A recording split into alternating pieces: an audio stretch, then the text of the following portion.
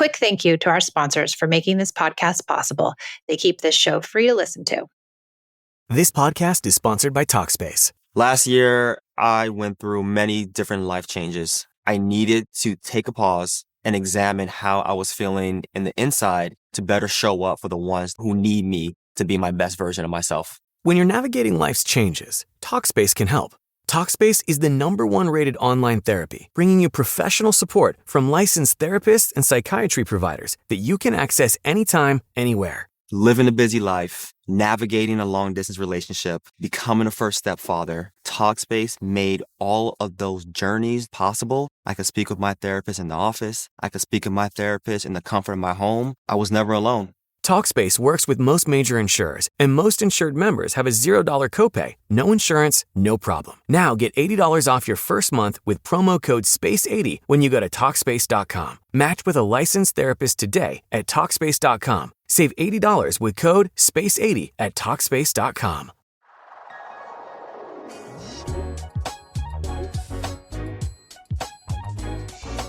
Thanks for joining me on the Peace in Parenting podcast. I'm so glad you're here. So today we're talking about something that confuses us all, something that probably has you questioning everything about yourself as a parent.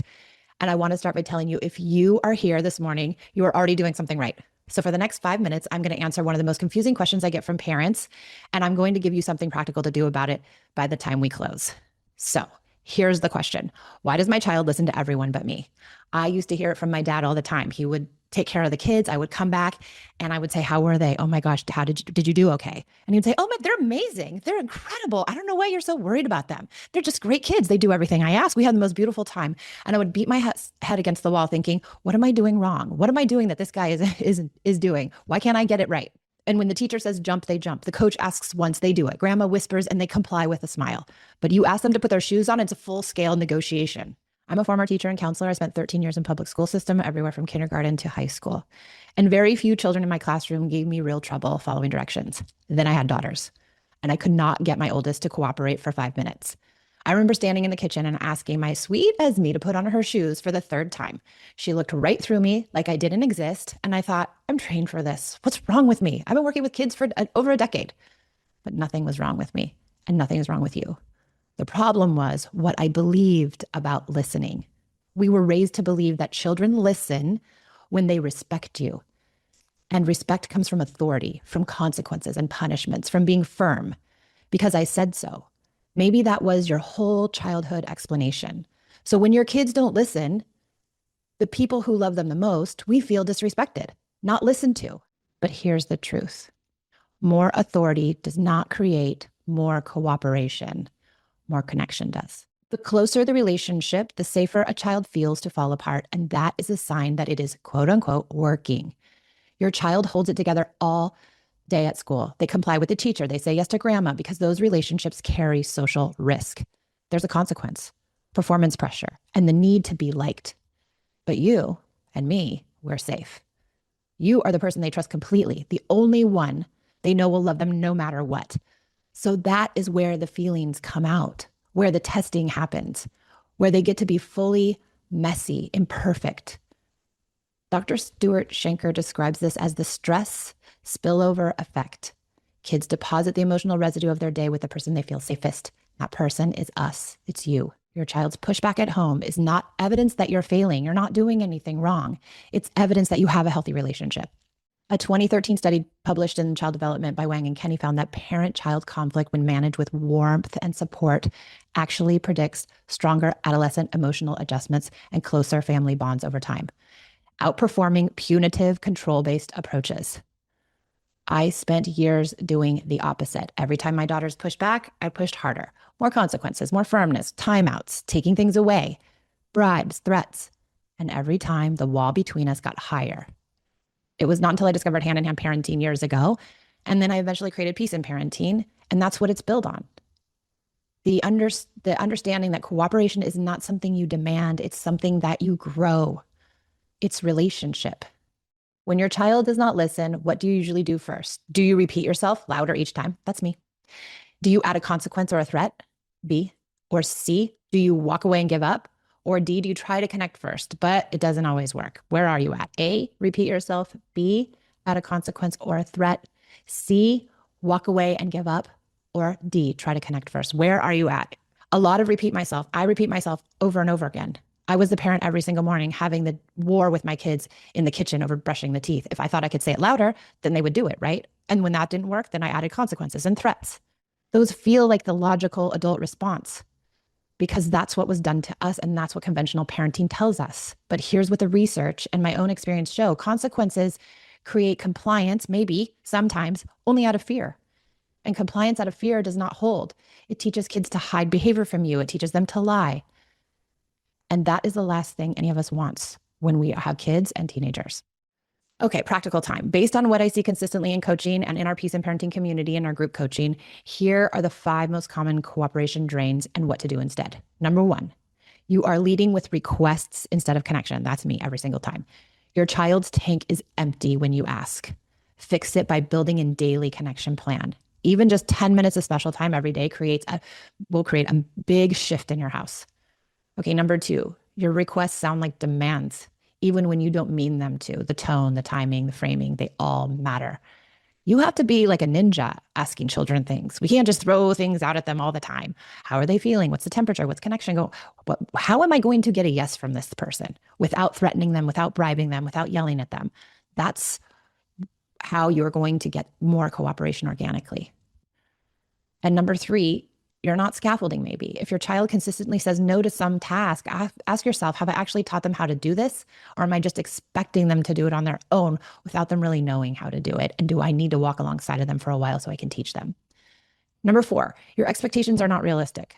Some resistance is normal. A 4-year-old will not smoothly transition out of play. A 12-year-old will always push back to put the electronics away. The question is not how to eliminate the pushbacks. It's how to stay regulated through it so you can respond instead of reacting.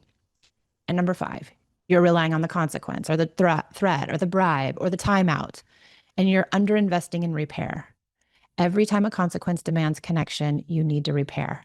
Most of us were never taught how. When we repair, we say, this relationship is more important than being right. That message is what creates kids who want to cooperate because they want to protect the relationship too because it's important to them. Okay. Here's something I recommend to everybody inside the Peace and Parenting community with my coaching clients. It's one of the number 1 things. Ask once, then move to connection. Do not escalate. Do not ask a second time. Do not bribe. Do not threat. Just ask once. If they do not respond, move to connection. Go to them physically. Get on their level. Say, I can see you're really into this. What are you playing with? Wow, this is cool. Spend 3 to 5 minutes with your kid. Whatever it is can wait. I promise you it can. And if you go pushing them, it's going to end up blowing up in your face and take even longer. So those 5 minutes of connection can save you a whole mess afterwards. Then ask them when they're connected, when you're at their level, when they feel your presence. Let me answer the heart of this question. Why school gets compliance and you get meltdowns? Why does the teacher get the yes and you get the no? The teacher gets cooperation because the stakes are the stakes are high at school. There's other kids watching. There's this perceived world outside that isn't at home. That's self-regulation under enormous pressure. That's your child working incredibly hard all day. By the time they get to you, they're done. They have no emotional regulation left. They've used it all up. And they trust you enough to let it show. And grandma or grandpa, they don't carry the same emotional history with your child that you do. They don't know if they're going to love them no matter what. The relationship has less weight and therefore less friction. You carry the most weight. We carry the most weight, which means you take the most heat. That's the paradox of being the most important person in your child's life. And it's not easy and it's not fun, but that's what we signed up for. Your child saves their hardest moments for you because you are their safest person. That is not a problem. That is the relationship doing exactly what it should. I cover this dynamic in the Peace and Parenting podcast, especially in the episode called Why Don't My Kids Listen? I'm going to put the link in the chat so you guys can have a listen to it. It's really good. Okay, try this. The next time your child melts down with you after a great day at school, pause and say to yourself, this means I'm their safe place. They trust me with this. Then breathe and meet them there. You don't have to fix anything. You don't have to say anything. Just be with them. This staying is what builds the cooperation over time. Okay, 5 steps to more cooperation starting today. Here is your practical roadmap. 5 steps starting this week. Step 1, make a daily connection plan. Write it out. It doesn't have to be big. It can be like 4 connection points. Special time, maybe. Is it unstructured play? Is it checking in at bedtime? Is it doing a play of some sort of game with the kids in the middle of the evening routine? Step 2, check your timing before you ask. This one is paramount. This one makes the biggest difference, I think, especially for me. Do not make requests during transitions, during screen time. People often say, you need to get off the screen and go brush your teeth. Oh, that's not going to work. It just isn't. We think it's going to work because that's how our parents were. They were like, do this right now or else. And so we hop to it, right? Because it's like, are you going to get spanked? Are you going to get your, electronics taken away? Are you going to get your, play dates taken away? What's going to happen to you? And you don't want to know. So you just do it. But that's not how it works when you don't rely on fear. Step 3, ask once, then connect. Don't repeat. Ask once kindly. If there's no response, move to connection. Step 4, examine the resistance. When your child consistently says no to something, get curious. Why aren't they saying no? Is it age appropriate? Have I taught them how? What's the input? Do we need to adjust this ask? And step 5, repair when you mess up, of course. And we always have to repair when we mess up. And this is powerful and it's meaningful. And kids thrive in relationships where they get repair. Here's a story for you. I want to tell you about a mom in our community. Her son was 7. Great kid at school. Teachers loved him, just like my Esme. Got awards for being kind, but every single night, bedtime was a war. How many of you have this? Bedtime's a war. Brushing teeth is a war. Getting pajamas on is a fight. She had tried every consequence she could think of. When we finally dug in, we found that her evenings were completely task-driven. Home from work, dinner, homework help, then immediately into bed at bath time.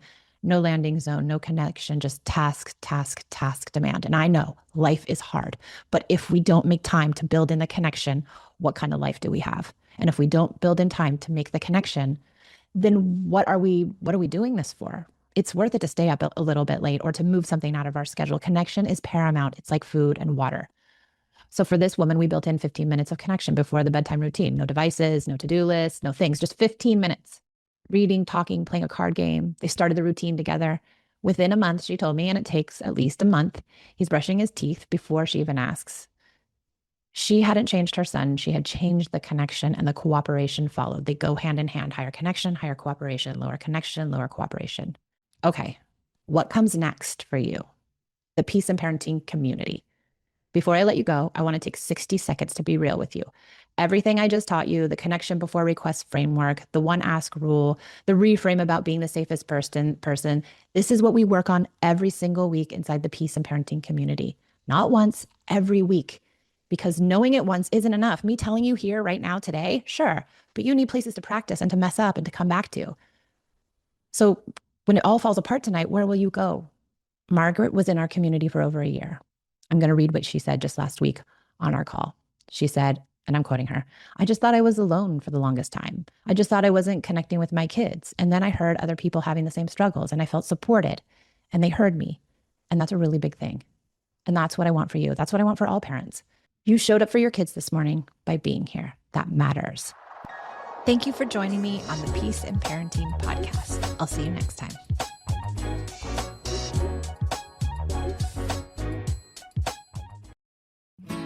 Hey there, Peace and Parenting family. If you love the podcast but wish to enjoy it without interruptions, your wish has come true. Introducing the ad-free version of the Peace and Parenting podcast, available exclusively on Apple Podcast. As a subscriber, you'll get all the heartfelt advice, parenting stories, and actionable tips you love without any ads. For less than the cost of a coffee each month, you will enjoy uninterrupted listening while also supporting our work to help you build stronger connections with your kids.